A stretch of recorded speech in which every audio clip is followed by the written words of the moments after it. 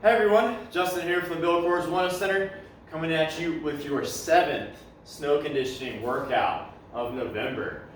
So hopefully you've been following along and you're ready for this 7th workout. Let's go ahead and get started going over the warm-up. Of course, just watch me go through it and then you'll go through it on your own. I'm just going to demo. We're starting with 30 seconds of jumping jacks once again, just like last week, just to get the blood flow and heart rate up a little bit. Once you've got 30 seconds of those jumping jacks, then you're going to move to a retraction to wall slide. So what I want you to do is get up against the wall. I want you to raise your arms up to 90 degrees. You're going to bring palms to the back of the wall. So if I'm here, I'm going to contract my abs, arms come up, palm, back of the hands come to the wall. Then I'm raising up as high as I can without letting go of that core brace. You know you're done going as up and straightening those elbows when you can't keep your low back on the wall anymore. You're doing that sequence like so until you get 10. Once you do that, you're going to move to a frog stretch. So knees are splayed out wide, ankles are in line with the knees. I'm going to go planted with one hand. I'm going to try to get a nice groin stretch going. Then I'm moving to thoracic openers, hand behind the ear. Rotate and look towards the ceiling. 10 on one side, 10 on the other. Once you finish those frog stretch with thoracic openers, you're moving to the next warm-up exercise, which is a fire hydrant to a glute kickback. We're doing 10 of each. And so it's going to look like this. We're going to kick up for a fire hydrant, keeping the core nice and tight. Don't rotate the upper body. And then I'm going to kick it back. That's 1. Come down. Same thing for 2. Until I finish 10 on each leg, of course. Remember, keep that core nice and braced as you're doing that. I don't want to see any hyperextending through the back as you do those fire hydrants to kickbacks. Then you're moving to your second to last warm-up exercise, which is a hinge to squat to overhead reach. So feet are going to be hip width apart, toes slightly pointed outwards. I'm going to hinge first, feel that stretch in the hamstrings, grab the toe, pull myself down. One arm comes up, elbow straight, other arm comes up, elbow straight, stand it up. That's 1. You're doing 5 of those. Let me give you the front view. I'm going to hinge first. Knees are stiff, they're not completely locked out though. And I'm going to grab the toes, pull myself down. One arm comes up.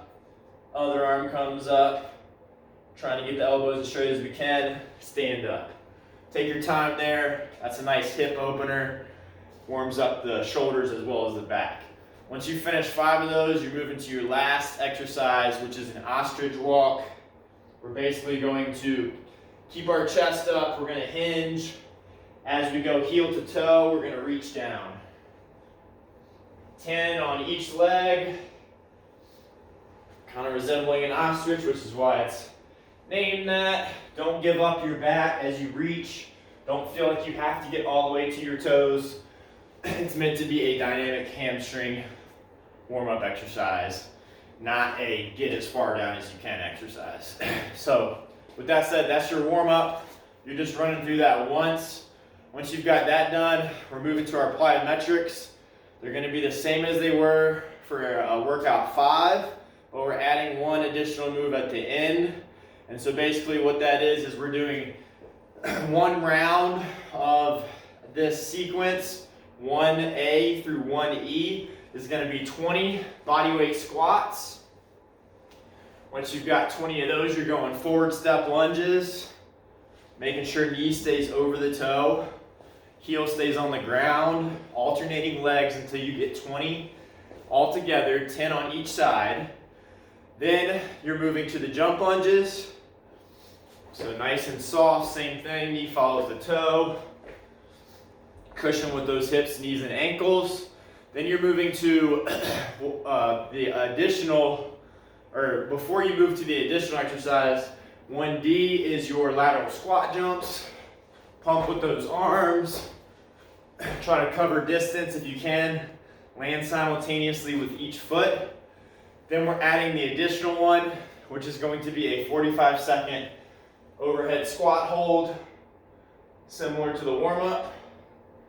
Try to get those hips down so that your thigh is parallel with the floor. Once you've got that done, you're going straight into a half kneeling hip flexor stretch. Squeeze the glute of the back leg. Bring yourself forward slightly. Stay square. Feel that stretch in the front of the hip. We just finished tightening that up from all those plyometrics, so that's going to help to get you in a better position to do the next rounds of that plyometric work. And once you've got 60 seconds on each leg, that is one set, that's one round. You're going to roll through that same sequence of 1 through E, and then your half kneeling hip flexor stretch, a total of 4 rounds. Once you've got 4 rounds of that, that's it for the plyo. You're moving on to the bodyweight strength training. You got your first superset, which is going to be an overhead lateral lunge to a curtsy. Elbows come straight overhead in a Y fashion. Toes going to be pointed forwards as I step out. Soften the knee up. Drive the hips back. Get as low as you can. Feel that stretch. I'm pushing myself up, and if I can, I'm not going to reset here in the middle.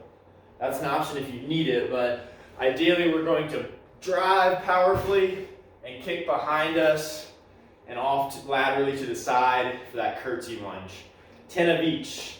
So that's 10 lateral lunges to 10 curtsies on each leg. Once you've got that done, you're moving to your second exercise in this first superset, which is a prone knuckle scraper. We're going to be on our stomachs. We're going to extend through the hips, so squeeze the glutes. Part of this is the knuckle scraper, is we are going to row, so pull those elbows behind you, and I'm just merely doing a tricep extension from here. Squeeze in those triceps, squeeze in the back in this back position here. Head is towards the floor.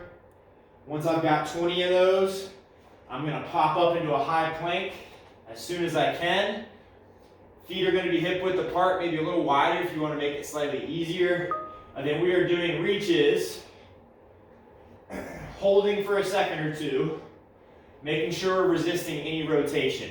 So when I move this hand, the hip's going to want to drop. Don't let it. Keep your core tight. Keep those glutes nice and squeezed. 1 to 2 second hold, alternating arms until you get 10 on each side, 20 altogether. Once you've got that superset done, you're moving to the second bodyweight strength superset, which is the last one of the workout. By the way, on that first superset, you're doing just like we have in the previous workouts, you're doing 4 sets. Then your last superset is again 4 sets, resting about 60 to 90 seconds between. And your first exercise is going to be a single leg, straight leg, hip thrust. So what I want you to do, you got a couple options here. If you have a chair or a bench that you can get your shoulder blades supported by, and then you have something else, another chair or a cooler or something, that'd be great. And what you're going to do is you're going to get your shoulders supported. I want to get my other item so that my knee is almost completely locked out. I want a soft bend in it. And then what I'm going to do is I'm going to float one leg. I'm going to allow my hips to come down. And then I'm driving up, squeezing. That is your single leg, straight leg, hip thrust. Man, that is a mouthful. Those are pretty difficult. You're really going to feel that in your hamstring. Keep your hips level. Don't let one drop as you go to drive that floor or that item away from you. And you're going to do 8 to 12 on each leg. There's a big range there because it is pretty hard. You may only be able to get 6, 8, whatever it is. Don't go to complete failure, but get pretty darn close. Make sure you're doing each leg. Start with the weak leg first there, always. That way you can match it up with the good leg. Then, once you've got that, you're gonna move to a founder's position hold. We did this last week. We're just gonna be doing it longer today. 60-second hold. Knees are relatively straight. I'm driving the weight onto my heels. Arms come up, thumbs towards the ceiling. 60-second hold here. You should feel everything on the posterior chain, backside of the body, lighting up with that. Once you finish that second exercise, you're moving to the third and final one, which is a sideline hip thrust. We're going to be here. We're going to line up the bottom of the feet with the rest of the body. And then what I want to do, arm towards the ceiling, I'm going to bridge up. So I'm going to keep my core tight, raise my hips up at the same time I raise the other leg. So all together it looks like this. They're harder than they look. Take your time with them. Really feel that squeeze with that upper outer glute, your glute med. You're shooting for around 8 to 12 on each leg with that one as well. So in summary, this final superset, you've got your single leg, straight leg, hip thrust, which you could also do from the floor if you needed to. We're going 8 to 12 here, right? So knee is relatively straight. Try to get those hips bent as much as you can before you come up. Then from there, you're moving to your founder's position hold, 60 seconds, and then your sideline hip raises from that elbow for 8 to 12 on each side. Once you finish those three, and you've rested about 60 seconds between each exercise, you're going to roll through that sequence for a total of 4 sets there as well, and then that is it. Make sure you get a static stretch after you complete this workout. Check back on the stretch break playlist. Find any of the post-workout static stretch routines that you could run once you finish. All right, y'all. Have at it. I'll talk to you next time.